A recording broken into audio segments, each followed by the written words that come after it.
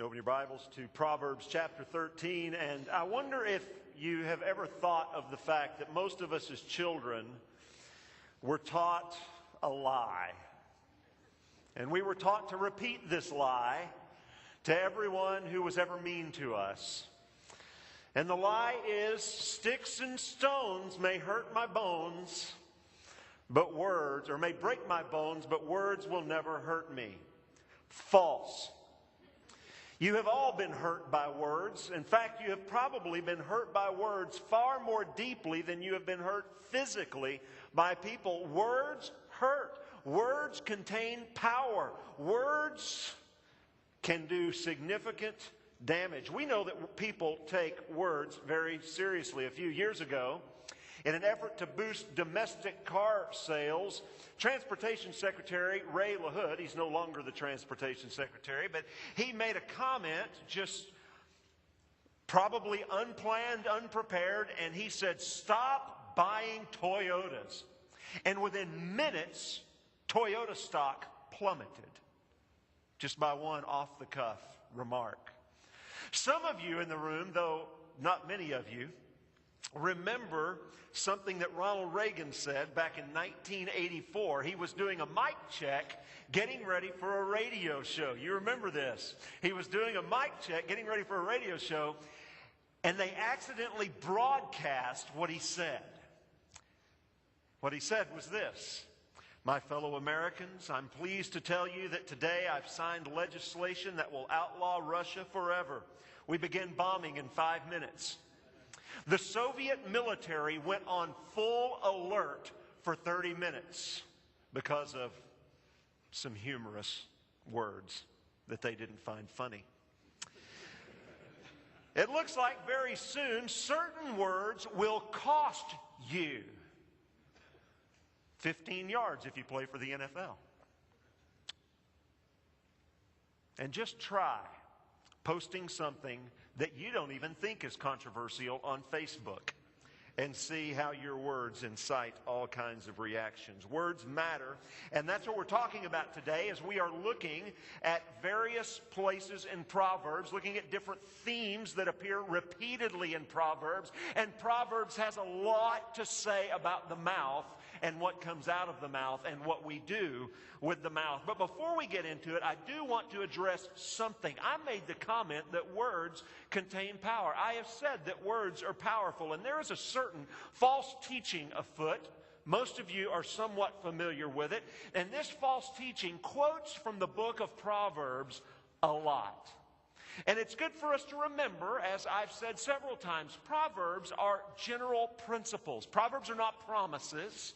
Proverbs are not guarantees. Proverbs are principles, and so we don't base our doctrine on Proverbs. Did I say Proverbs is not doctrinal? No, but we don't go get our core doctrines from the book of Proverbs. Proverbs uses a lot of hyperbole and exaggeration, but some build false doctrines on passages like the one we're looking at today, and this false doctrine is called positive confession. It's foundational to the word of faith movement. Let me give you some examples. One significant and important teacher in this movement said, "What do you need? Start creating it. Start speaking about it. Start speaking it into being. Speak to your billfold. Say, 'You big, thick billfold full of money.' Speak to your checkbook. Say, 'You checkbook, you. You've never been so prosperous since I owned you. You're just jammed full of money.'" Let's just look and see if anybody got their wallets out. Another preacher in this movement said, "You can cancel out God's best plan by speaking negative words." That same preacher said, "The reason you're not experiencing as much as you should is because you're not declaring it. You've got to live your life, or you've got to give life to your faith by speaking it out. Your words have creative power." This is a twisting of Scripture. This is a doctrine that says that since you are created in the image and likeness of God. You are actually like God. In fact, one of the phrases they like to say is, you are a God with a little g, not a capital G. And therefore, just as God spoke worlds into existence, you too can speak things into existence. We reject that teaching completely. But there's no question that words have power. Let's look at what Proverbs has to say about our mouths and what comes out of them. We're starting in Proverbs chapter 13, verse 3. And I'll be referencing several places in Proverbs. You don't need to look all these up. After this one, they will all be on the screen. Proverbs 13:3 says, whoever guards his mouth preserves his life. He who opens wide his lips comes to ruin. I can't get over the fact that that seems like a very strong word for preachers who speak publicly, regularly. Three things I want to say to you about our words. First is that words are very powerful. Words are very powerful. Look at how this is described. What comes out of our mouth can preserve life or bring us to ruin. These are serious effects that come from our utterances.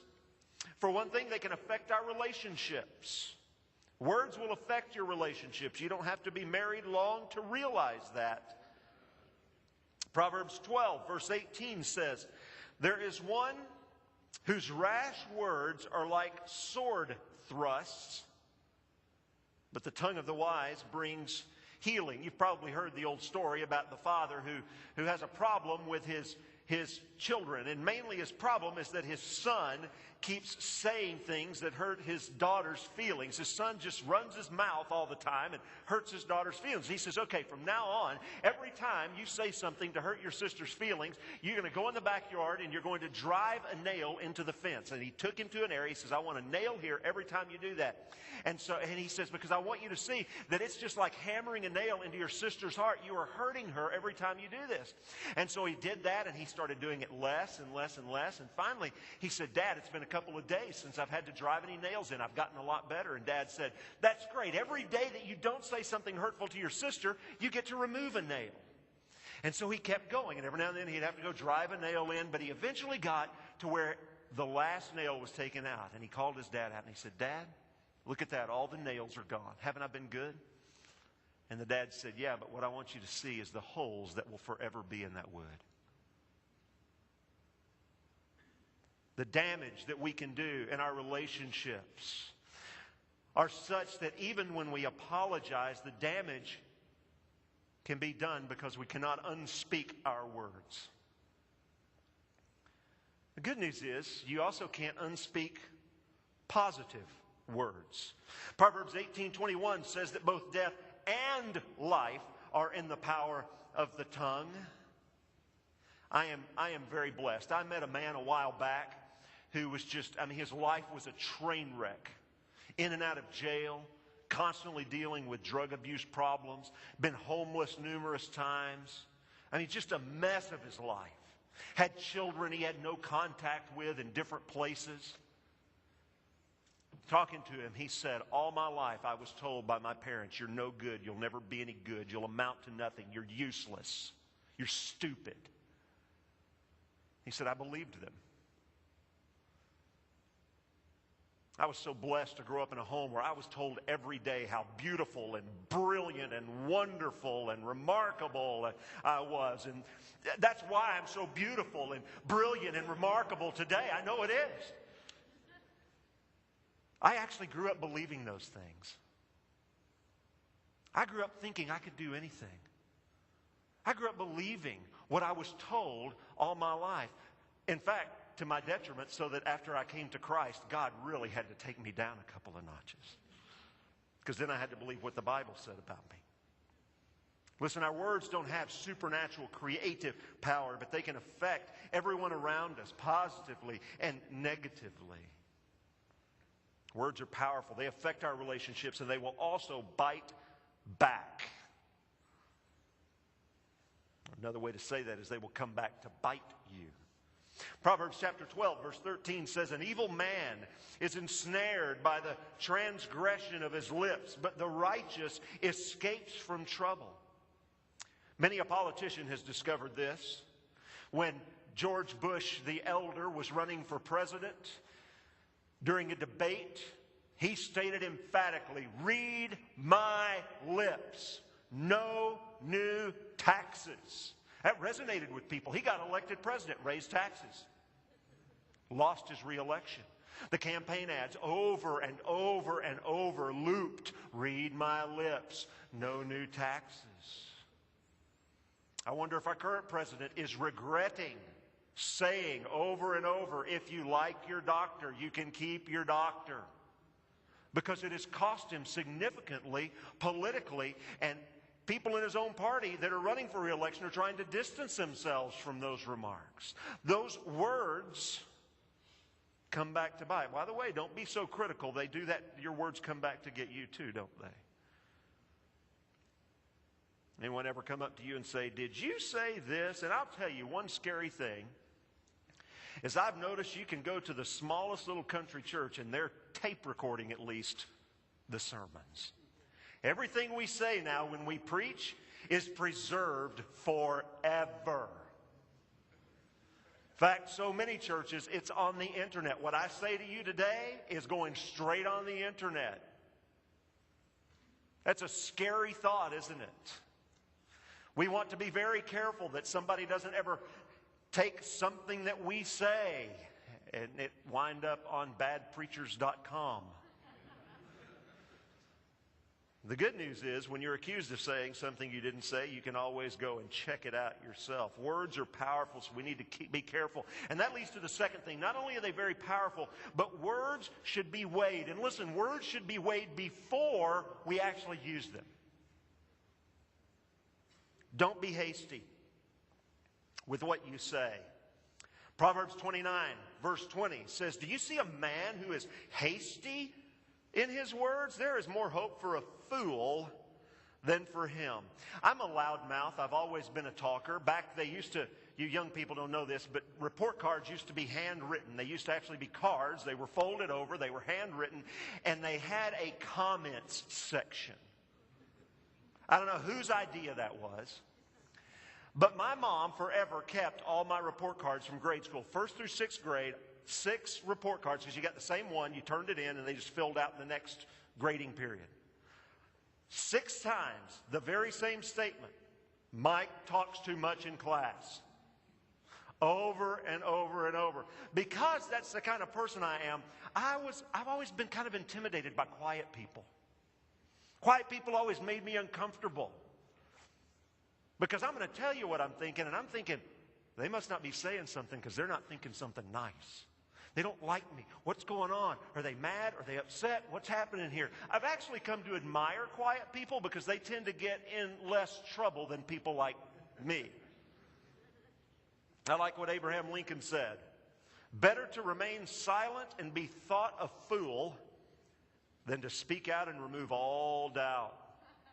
And how easy is it for us to fire off an email or hit post or tweet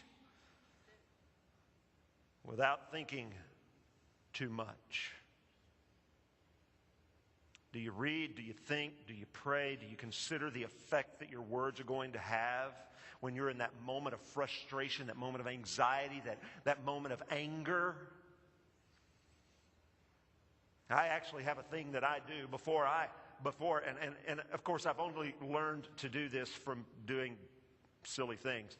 But before I send off an email that in some way could offend someone, or respond to an email that in some way could offend somebody, I have people read it for me. By the way, people who will tell me honestly, "I wouldn't send that if I were you," or "I think you need to pray about this for a few days before you hit send on that thing." It is a good idea to let somebody hear your wording. Terry has heard me call her on the phone and say, "Hey, I think I'm going to do this," or I'll send her an email and say, "I want to send this to somebody," and she'll say, "No, you really don't want to send that to anybody right now." There are times when I get phone calls, I'll have my assistant come and sit in my office just to hear what I'm saying, to make sure that I have a witness to what I've said. We need to be very careful with what we say, and we need to be very careful not just to fire off those words. And some words are even more heavy than others, are they not? One thing that Terry and I tell, we work with young couples a lot. One thing we tell them is don't ever, ever, ever utter the word divorce. Because once it's out, you can't unsay that. And you've just hurt someone, and you've just broken trust, and you've just put that as a viable option on the table, and that should never be a viable option. I'd say something to those of you who are single in the room. We had a young couple in our church in Birmingham. They started seeing each other. Everyone knew it was getting very serious. They're actually married now. But when they were seeing each other, before they got engaged, she was actually finishing up college in another town, and they would send notes to each other, and of course they would talk on the phone and all that kind of thing, and they would say to one another, I like you. And he told me one day, he said, we will not use the word love until the engagement happens, because we believe that that word means something, and we shouldn't be throwing it around casually with every little fling that we might have. Weigh your words. Don't be hasty with them, and don't overreact. Proverbs 15, verse 1 says, a soft answer turns away wrath, but a harsh word stirs up anger. I'm much better than I used to be, but I'm still growing. It's so easy to react negatively, and things can escalate so quickly. Have you noticed that? Have you noticed how you can be in a conversation and somebody can say something and you react, and the next thing you know it's World War III, and you're wondering, how did this happen?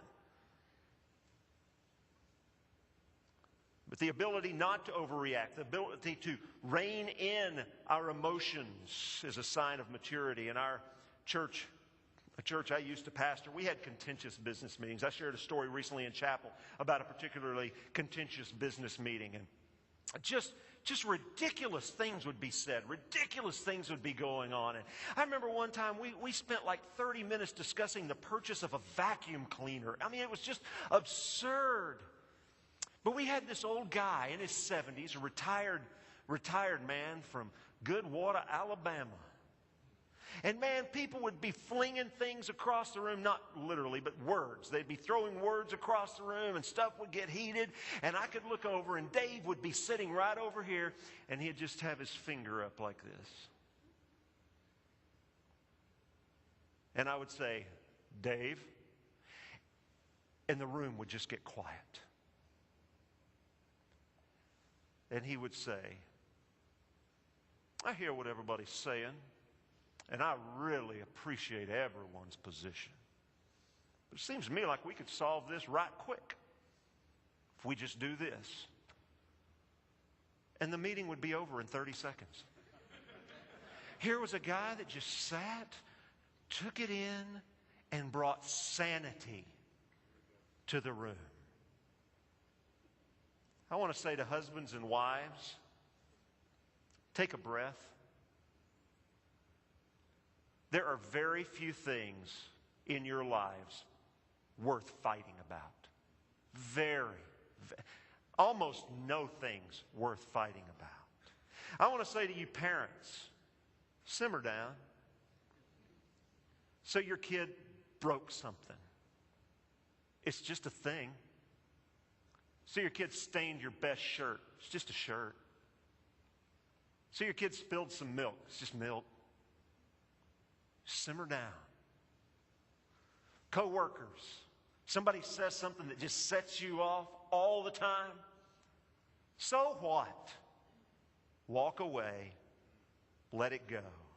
If you can't speak positively, if you can't speak calmly, if you can't speak rationally into a situation, I suggest not speaking. In fact, I'll tell you one important characteristic of a leader is that the leader is the voice of reason in the room. The leader, when things are going south, when stuff happens, the leader is the one who does not lose it. Doesn't matter what your title is, I'll tell you, the person who stays calm in a situation, that's the real leader. I actually had a staff member one time, some time ago, that we had a problem with this. He was all the time losing his cool, all the time blowing his stack and just throwing these temper tantrums, and he would start yelling. He could not remain on my staff. because that upsets everybody. We as leaders should be the ones that walk into a chaotic situation or are in the midst of something that erupts, and we should be the ones that everyone looks to because they know we'll have something to say and do about it. We should be able to walk into those difficult situations and immediately bring calm to the room because we are not given to overreacting. And one more thing I want to say about our words.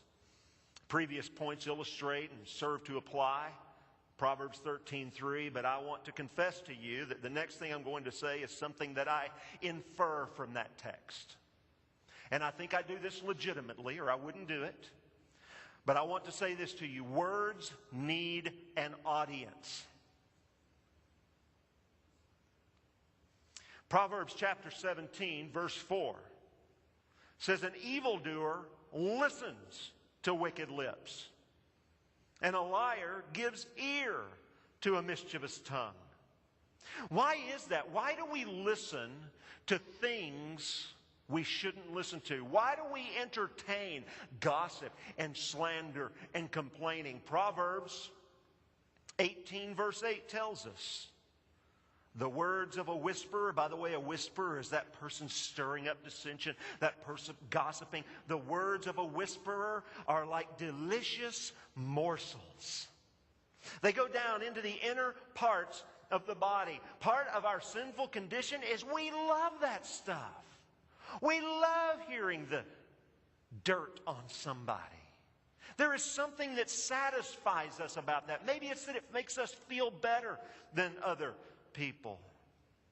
But the fact is, negative words will only be spoken if someone is listening. And when someone is griping, I want to ask you, are you listening? When someone is gossiping, are you giving an ear to that? We can stop destructive speech by refusing to be a party to it. How do we do that? Well, you don't have to be rude to people. You don't have to say, hey, shut up, I'm not listening to that. But you know what you can do is you can gently turn things around. When somebody comes to you and says, oh man, can you believe that Dr. So-and-so did this in our class and he graded me like this? Say, have you gone to talk to him? Can you believe this guy over here said so-and-so and so-and-so and really offended me? Well, have you approached him about it? That's what Christians do, right? That's what we're supposed to do. Maybe you can turn something into praise. Oh, can you believe this guy does this? Yeah, but I want you to think about where he's come from. I want you to think about what the Lord's doing in her life. What is the positive that we can bring to a situation? And if something doesn't have a positive, can we just say, you know what, I see what you're saying. Why don't we commit together to pray? Let's pray for that person. I want to tell you that whatever kind of ministry God is calling you to, there will be around you and among you people that I like to call spoons. I call them spoons because they're all the time stirring. They're not happy unless they're stirring something up. And they will want to stir you up.